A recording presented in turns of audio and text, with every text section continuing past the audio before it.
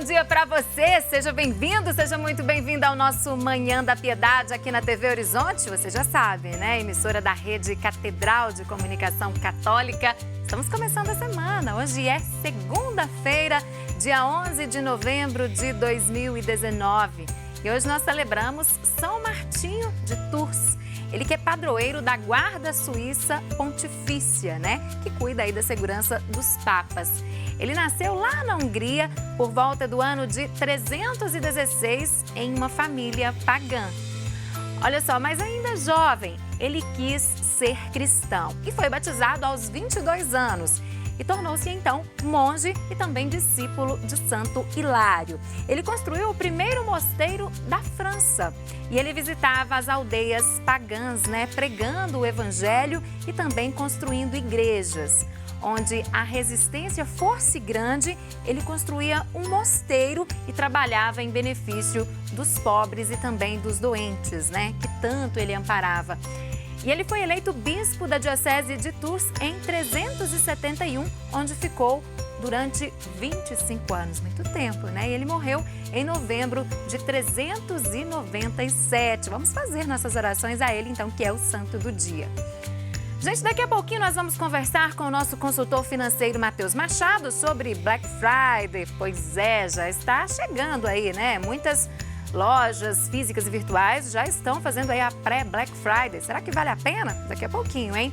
No quadro de saúde, nós vamos esclarecer muitas dúvidas sobre medicina do trabalho e também vamos falar de diabetes gestacional. Se você tem dúvidas sobre alguns destes assuntos, então manda mensagem pra gente, porque estarão conosco aqui hoje 2 profissionais, um médico do trabalho e também uma médica endocrinologista. Estes profissionais, então, poderão responder às suas dúvidas, viu? E para concluir muito bem o nosso programa, vamos ter a reflexão do Evangelho do Dia com o nosso arcebispo metropolitano, Dom Valmor Oliveira de Azevedo, e ainda a consagração à nossa mãezinha, Nossa Senhora da Piedade. Então, se você quer participar, quer interagir, mandar perguntas para os nossos convidados, né, você pode mandar o quanto antes, agora mesmo, para o nosso WhatsApp, o WhatsApp do Manhã da Piedade, o telefone está na telinha para você. 996527324 é o número e o Instagram também é @Manhã da Piedade. Manda uma mensagem lá que o Ademar já está ali atento para responder as suas perguntas, para encaminhar aqui para os nossos entrevistados, tá bom? @Manhã da Piedade é o nosso Instagram. Mas agora é hora de notícias, é hora de ficarmos bem informados nesta manhã de segunda-feira. Vamos direto à redação da Rede Catedral de Comunicação Católica. Hoje a nossa conversa é com o repórter André Cristino. Bom dia para você, André. Bom dia, Cília. Bom dia a todos. André, vamos começar falando sobre dengue, que tem assustado aí a população do Brasil, principalmente aqui de Minas Gerais, né?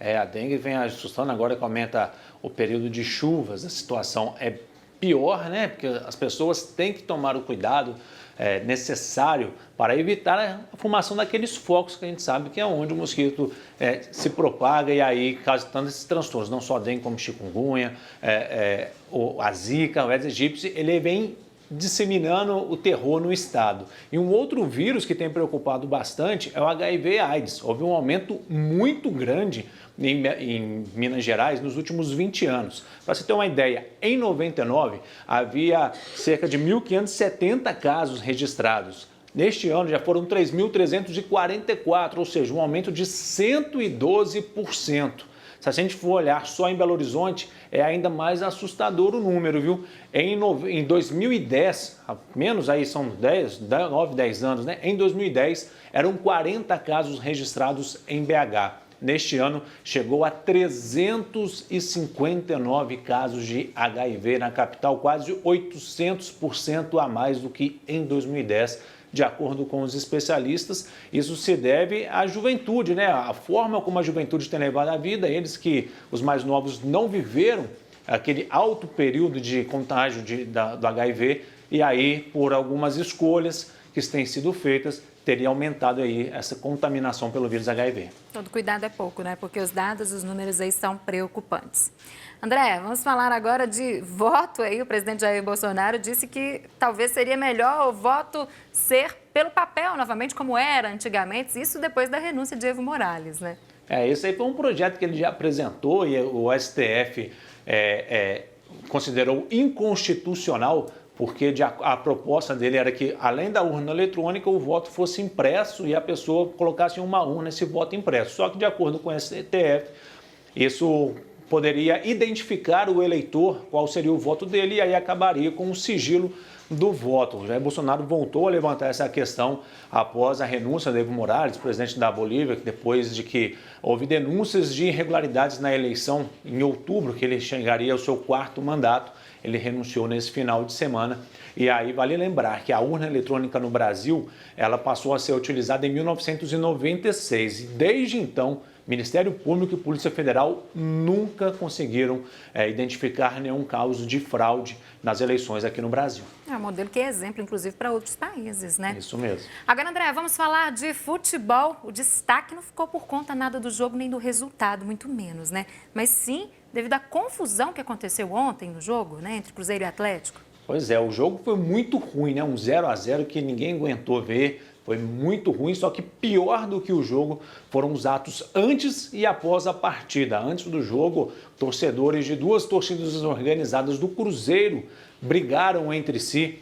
Foi bem feia a coisa. E depois, assim que acabou o jogo, ou começou dentro do Mineirão, uma briga de torcedores do Atlético com torcedores do Cruzeiro na área de camarotes. O torcedor do Cruzeiro teria arremessado uma garrafa contra os atleticanos e aí eles invadiram a área de camarotes, quebraram o estádio, várias cadeiras foram arrancadas, uma confusão muito feia. Um dos seguranças chegou a sofrer atos de racismo por parte de torcedores do Atlético, cenas que a gente não gosta de ver, não gostaria de ver, mas infelizmente ainda há muitos bandidos que se disfarçam de torcedores para causar esse tipo de tumulto. De acordo com a Minas Arena, 130 funcionários de seguranças que foram convocados para atuarem no jogo, eles não compareceram por vários motivos, entre eles a aplicação da prova do Enem, que foi ontem também. O certo é que um caos se foi montado aí em torno do clássico de ontem, que foi péssimo dentro de campo e pior ainda fora dele.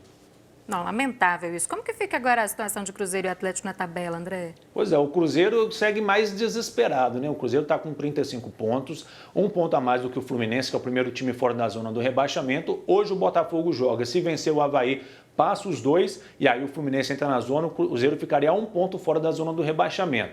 O Atlético chegou aos 40 pontos, está um pouquinho mais tranquilo, se vencer a próxima rodada chega aos 43. Os matemáticos acreditam que 43 pontos já salve, já não tenha mais risco de rebaixamento, mas é bom até aqueles 45.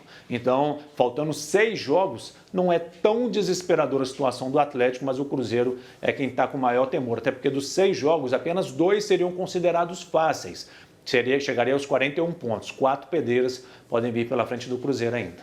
Ok, André, agora vamos falar da primeira Romaria Arquidiocesana pela Ecologia Integral a Brumadinho. Conta pra gente, que evento é esse? Pois é, né? A Arquidiocese há muito tempo vem se preocupando com o meio ambiente, com a ecologia. E aí, diante do desastre que ocorreu em Brumadinho, a Arquidiocese resolveu criar a primeira Romaria Arquidiocesana pela Ecologia Integral e Brumadinho. Vai ser no dia 25 de janeiro, 7 horas da manhã, lá em Brumadinho, para lembrar, né, as pessoas sobre os cuidados com o meio ambiente e também para fazer uma lembrança às vítimas, né, dessa tragédia do rompimento da barragem da Vale lá em Brumadinho. As informações da Romaria, para o pessoal ficar por dentro, vão ser todas disponibilizadas no site da Arquidiocese, que é o arquidiocesebh.org.br. Tá aí na telinha para você o site.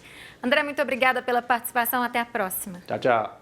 Quero falar para você aí de casa agora sobre a Faço Parte. Você que nos acompanha nesta segunda-feira, neste início de semana, já faz parte? Se ainda não, saiba que a sua ajuda ela é muito importante, ela é muito necessária para que continuem, né, as obras de evangelização e também de amparo às pessoas mais carentes, mais necessitadas. Para você ter mais informações sobre essa campanha, é muito simples, basta você acessar o site que está na telinha para você, é o façoparte.com.br. Lembrando que o Faço Parte é sem cedilha, viu? Então fica facoparte.com.br.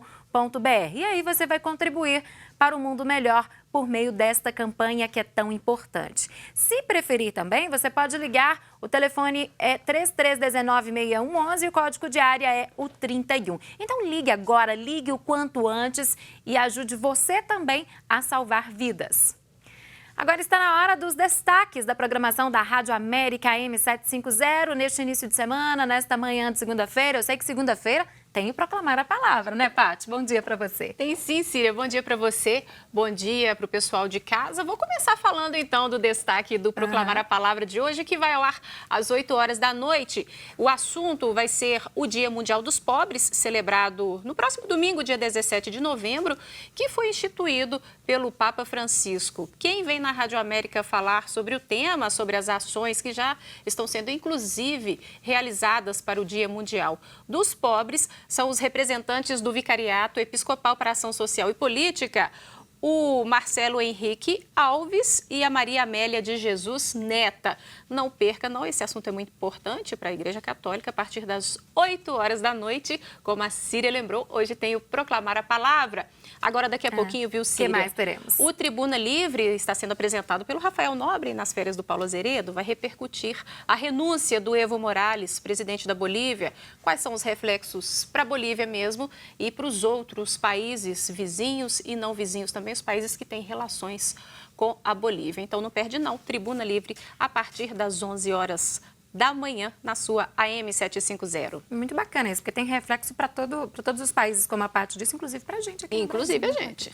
Vamos ficar ligados, então. E você pode acompanhar toda a programação que a Patrícia disse pelo aplicativo Rede Catedral. Conta aí, Patrícia, é fácil de ter o aplicativo no celular? Simplinho de baixar, gratuito. Baixa aí agora mesmo onde você está e comece a acompanhar a Rádio América e a TV Horizonte. É de graça, minha gente. Rede Catedral. Paty, muito obrigada pela participação e até amanhã. Eu que agradeço sempre. Até a próxima, pessoal. Olha só, e agora vamos para um rápido intervalo, bem rapidinho mesmo, viu? Enquanto isso, mande mensagens lá para o nosso Instagram, faça perguntas para os nossos convidados, mande para o nosso WhatsApp também. Eu volto já, não saia daí.